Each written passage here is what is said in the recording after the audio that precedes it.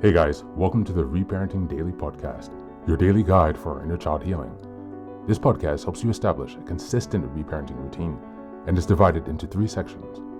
The first is a daily reading, the second is a discussion of that reading followed by suggested journal prompts, and the last section is a peaceful meditation for closing.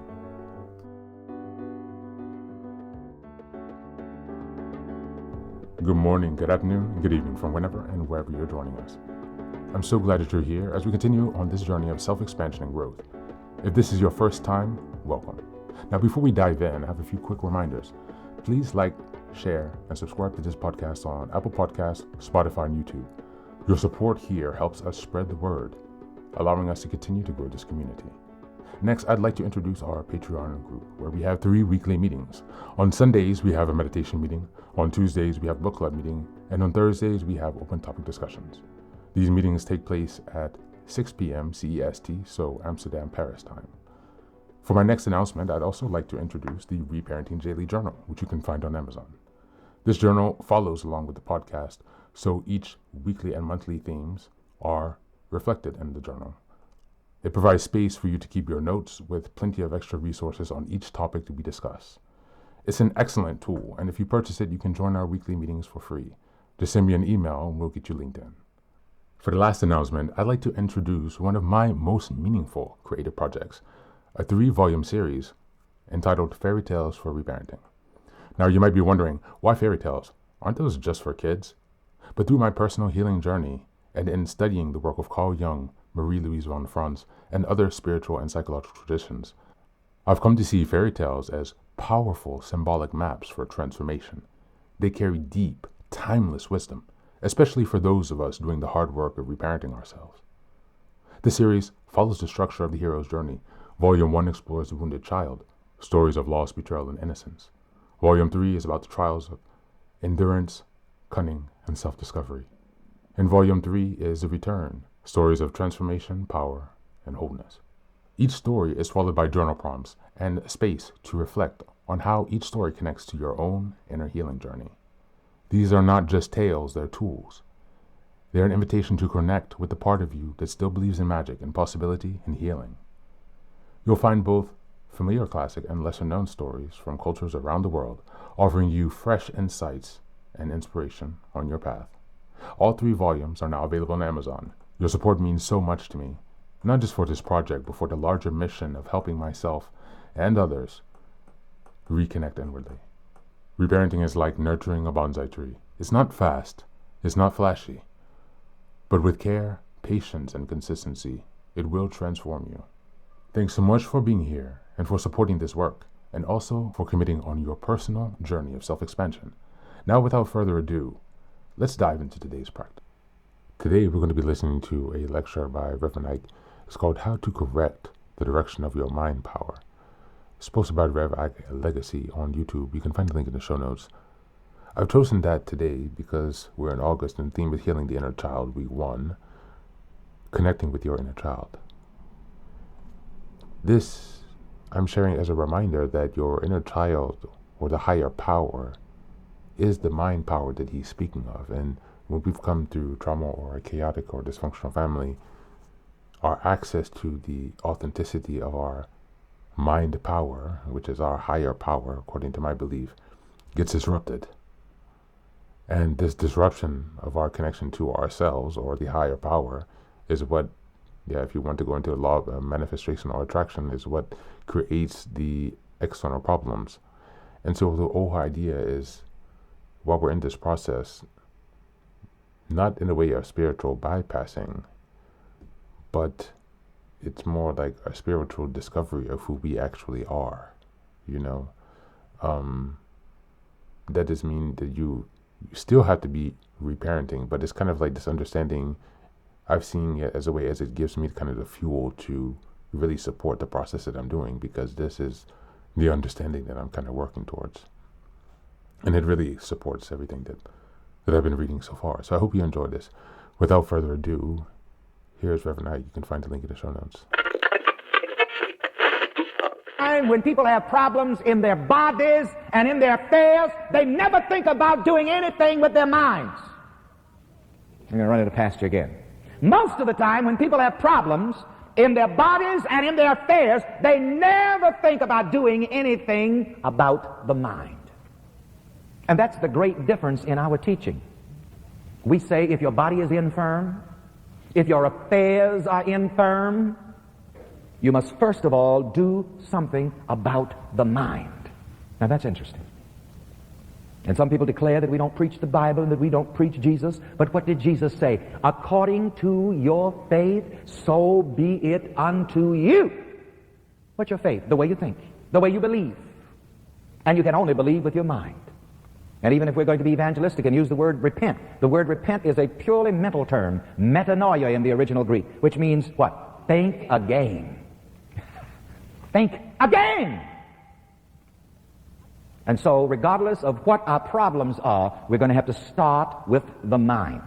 My son Xavier came down to my library a few days ago. He had a book report, a review to do for his psychology class, and he wanted to find a good book on psychology to make a report on. I said, well, perhaps you'll have a different kind of report to make to your psychology class, a report on psychology that deals with the issue of curing the body and the affairs by means of the mind. And not only curing the affairs in the body by means of the mind, but also controlling your life and making it what you want to be by means of your mind. And so he selected a book by Dr. Jack Ensign Addington, titled Psychogenesis. Say that word, psychogenesis. Again? Psychogenesis. It's a combination of two terms, psycho indicating the mind, Genesis, beginning, and it literally means everything begins in mind. Say that. Everything begins in mind. And let me blow your mind for a moment and let me tell you this. Whatever your situation is today, in your body, in your affairs, good, bad, or indifferent, everything in your experience begins in mind. And so if you really want to control your life, you really want to control your experience, you really want to change your body, you really want to change your affairs, you're going to have to go to the mind, and the mind will have to be healed of its infirmities. All right? I want to read this sentence again in the first person. It's an affirmation, and have you repeat it again. I, a mind, a man, must not be infirm. That's interesting. In other words, I must be firm in my positive beliefs. Well, go ahead and say it if you want to.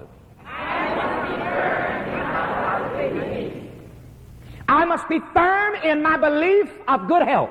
I must be firm in my belief of good health. I must be firm in my belief in happiness. I must be firm in my belief I must be firm in my belief in in prosperity.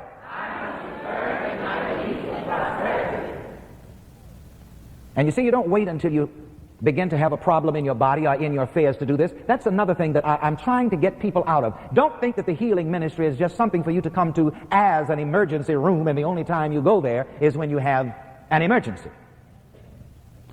Positive thinking is a way of living. Say that. positive thinking is a way of living. Positive thinking is a way of thinking. Positive thinking is a way of thinking. Good health is a way of thinking. Good health is a way of Success is a way of thinking. Prosperity is a way of thinking. Money is a way of thinking. Being broke is a way of thinking. Sickness is a way of thinking. You see, well, let's be comprehensive about it. Every condition is a way of thinking. Wow, that's so simple, but yet so profound. And you have to work on your mind every day to keep it firm. You see, it's not just as I say, don't do this just as an emergency measure. Somebody said to me the other day, Reverend Knight, do you ever have any doubts about your philosophy? Do you ever have any doubts in your mind? I said, now wait a minute. I said, in the first place, I have to work on my mind every day. It's an instant, constant thing. I said, do you ever find your mind going astray from your positive beliefs? I said, let me tell you, my mind and every mind is just like people driving a car. I said, and this young man was not a driver, so I said to him, I said, now, but I know you have watched people driving a car. Driving a car is a matter of constant correction, isn't it? Is that right? Now, if you're going to Washington, D.C., you can't just say, well, I'm going to get in the car and go to Washington, D.C. and just aim it toward Washington and step on the gas. So which way is Washington? That way. Okay.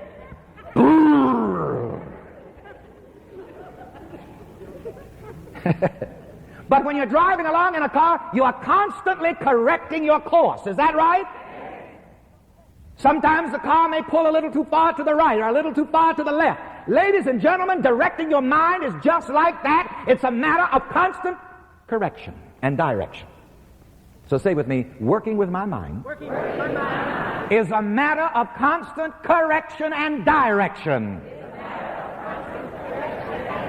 And I want that up here on caps, in caps. Isn't that interesting? And you are going to have to take a hold of the steering wheel of your mind. And listen, if you're driving a car, just because the car goes a little too far to the right, you don't sit there and complain and cry, oh, why doesn't this car stay in the road? That's the way people do with their circumstances. Why does this happen to me? Why won't things go right? Are you holding the steering wheel? Are you constantly directing and correcting your thoughts, your moods, your attitudes, and your ideas? I'll tell you one thing, if you don't direct your mind, the world will sure as hell direct it. And I meant to put that strong word in there, because that's exactly where the world will direct your mind to. And I don't care how good you are at this thing, and I don't care how good a driver is, you will never see a driver so good that he doesn't have to direct and correct his course in driving. Have you ever seen a driver that doesn't have to correct his course in driving? How many drivers here? Raise your hands. Do you know what I'm talking about? How many people don't drive a car yet? Let's see your hands. Have you ever watched a driver? Have you ever wondered why they were always doing this?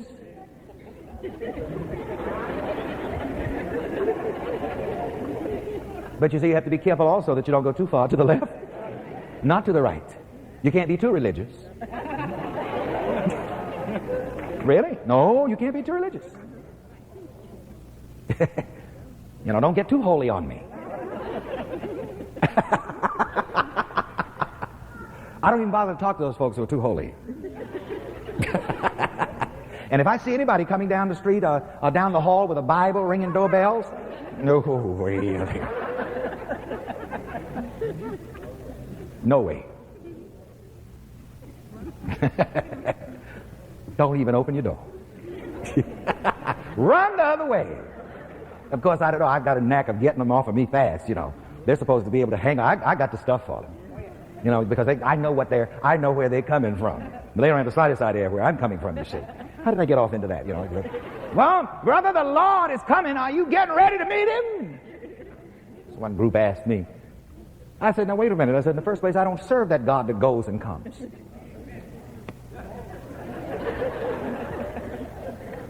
I says, if he's coming from somewhere, he must not be here. He says, if he's not here, where is he now that I need him?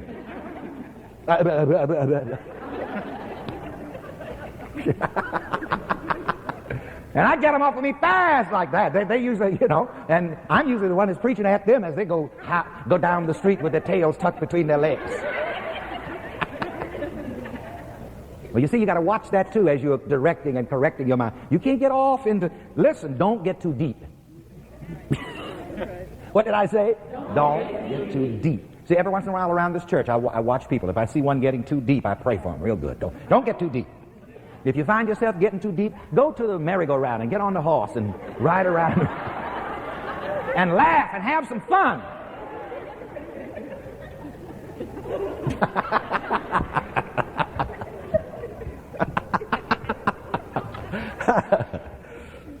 Yes, you have to constantly correct and direct your mind in order to stay on course.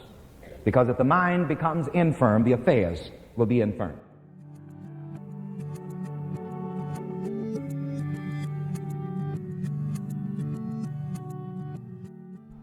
Welcome back. This was a really excellent lecture that I just heard actually a few days ago, and I wanted to share it because it's really giving me some motivation, some courage, empowerment, some positive, some hope, some sense of connection. If someone understands, exactly what what I'm mentioning, because when he mentioned in this talk that it takes that consistent effort to maintain that your attention, this is basically the process of reparenting, because see, the inner child is, or the inner children are afraid or worried or whatever it is that's particular to them. And so this retraining and this, again, much like the bonsai tree, the constant nurturing, this is just about time and patience. As I said before, whether you believe it's true or not, you are correct. This shows us that this process is actually not so difficult. Of course, the emotions are overwhelming, but once you begin to feel them, things pass. And so during this process, it's important to remember this is why we're fighting so hard. These are the mechanics of our reality. These are the mechanics of our essence and how to approach our essence. So as we go through the journal prompts today, I'd like to encourage you to reflect on some things. When they're talking about this direction of the mind attention, number one, where do your thoughts normally tend towards? Have you ever kept a thought log to track your most recurring thoughts? How would you categorize them? And how do you interpret their occurrence in such volume? What does that inform you about your beliefs and patterns? Number two, how much influence do you feel that you have personally over your thought patterns? You cannot necessarily control when a thought comes, but you can manage your response and how you manage it. So how capable or effective do you feel in your ability to do that? Of course, each situation will be different, so consider that. And the last question, do you believe that you have ever had access to an original source of your true energy, your true essence, your xian, as they call it in Wu Wei, which is kind of like when you're going with the flow, is kind of like the God essence that's within you. Your natural gifts and talents is another way to say it. Your essence is another way to say it. How much comprehension, or not even comprehension actually, because this is not about comprehension. This is something that's felt in your body. I feel it when I play piano, for example. How much of a grasp or understanding of that do you have? This is something that will be really important this month as we begin to focus on healing the inner child, which is all about joy. So it's so important to find those things that really spark your inner flame, or that light up your inner child. It's so important this month to begin to focus on that. That's the number one task this month, is actually to have fun. So that's it for today. As always, thanks for being here. Take care of yourself, and please do be well.